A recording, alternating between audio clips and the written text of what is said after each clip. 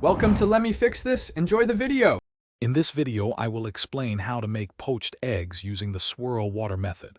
First, gather your ingredients, focusing on very fresh eggs which hold their shape much better.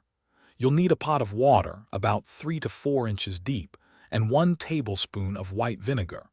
Heat the water to a gentle simmer, around 180 to 190 degrees Fahrenheit, ensuring no vigorous bubbles. This careful preparation is absolutely key to achieving that perfect, delicate poached egg every single time. Now for the exciting part, the swirl. Crack 1 egg into a small bowl or ramekin. This makes it easier to introduce the egg gently. Using a spoon, vigorously stir the simmering water in one direction to create a strong vortex. Once the swirl is well established, carefully drop your egg right into the center. The swirling motion helps the egg white wrap neatly around the yolk, creating that beautiful, compact shape we all desire.